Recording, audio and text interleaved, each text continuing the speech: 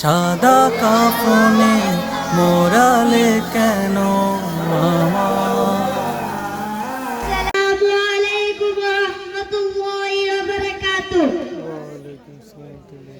আমরা এখন মাইয়াতকে কাফন দাফন পরানোর পদ্ধতি প্র্যাকটিক্যালে দেখাবো।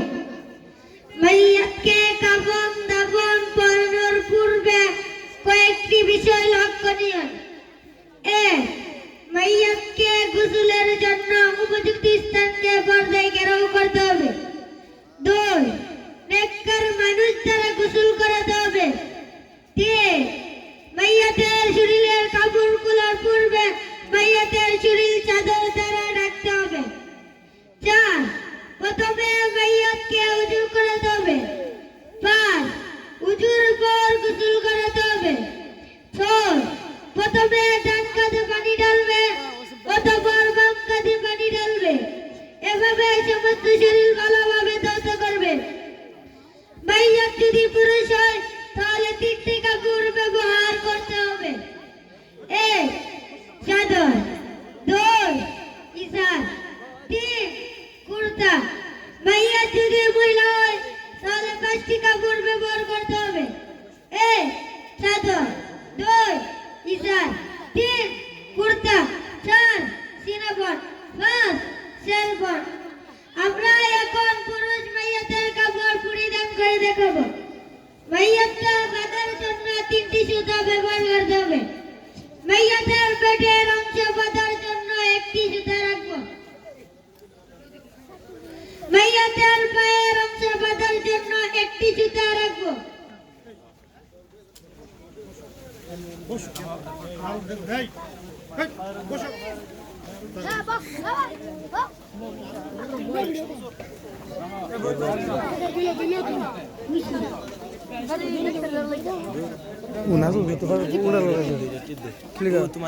আমরা এখন মাইয়াতের মাথার অংশ বাঁধার জন্য একটি সুতা রাখবো। আমরা এখন চাদর বিছাবো। সাদা কাফনে মোরালে কেন আমার, বাধা দিয়ে দে ও পারেতে যাওয়া। সাদা কাফনে মোরালে কেন আমার, বাধা দিয়ে দে। সাদা কাফনে মোরালে কেন আমার, বাধা দিয়ে দে ও পারেতে যাওয়া। আমরা এখন ইজার বিছাবো। সাদা কাফনে মোরালে কেন আমার।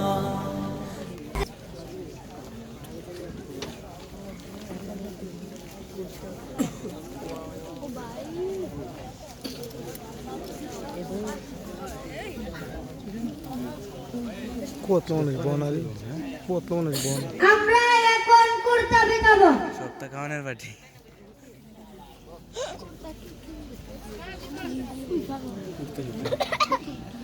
তোরা শুনবি কাটা না একটু ইয়েটা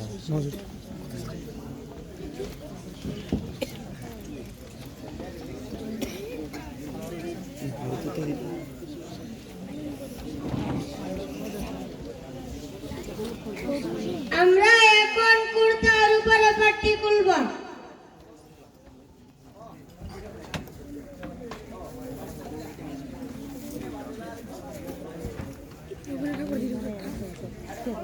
আমরা এখন মাইয়াতকে আনবো।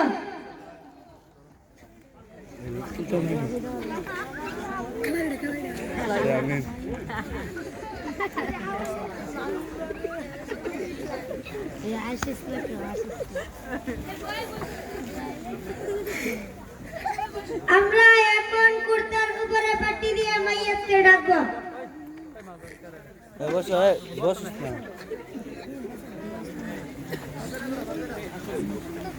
এমএডি বেশি তো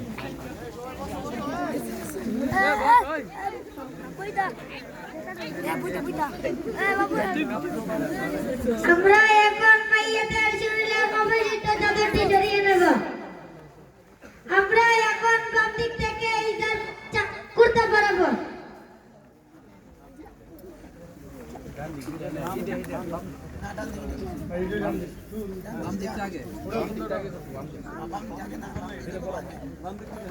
নাই রে বছর বসলে আমরা এখন ডান দিক থেকে কুর্তা পরাবো।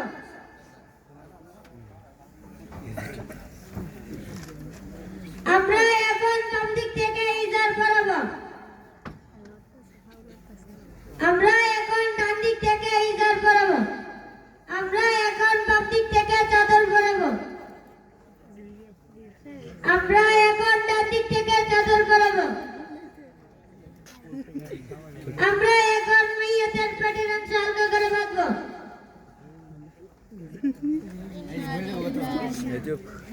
আমরা এখন মাইয়াদের পায়ের অংশ বাঁধবো।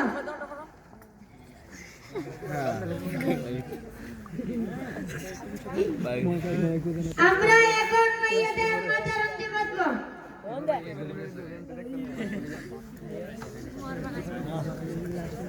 আমরা এখন মাইয়াকে উঠিয়ে নিয়ে কাটুলে লাগবো।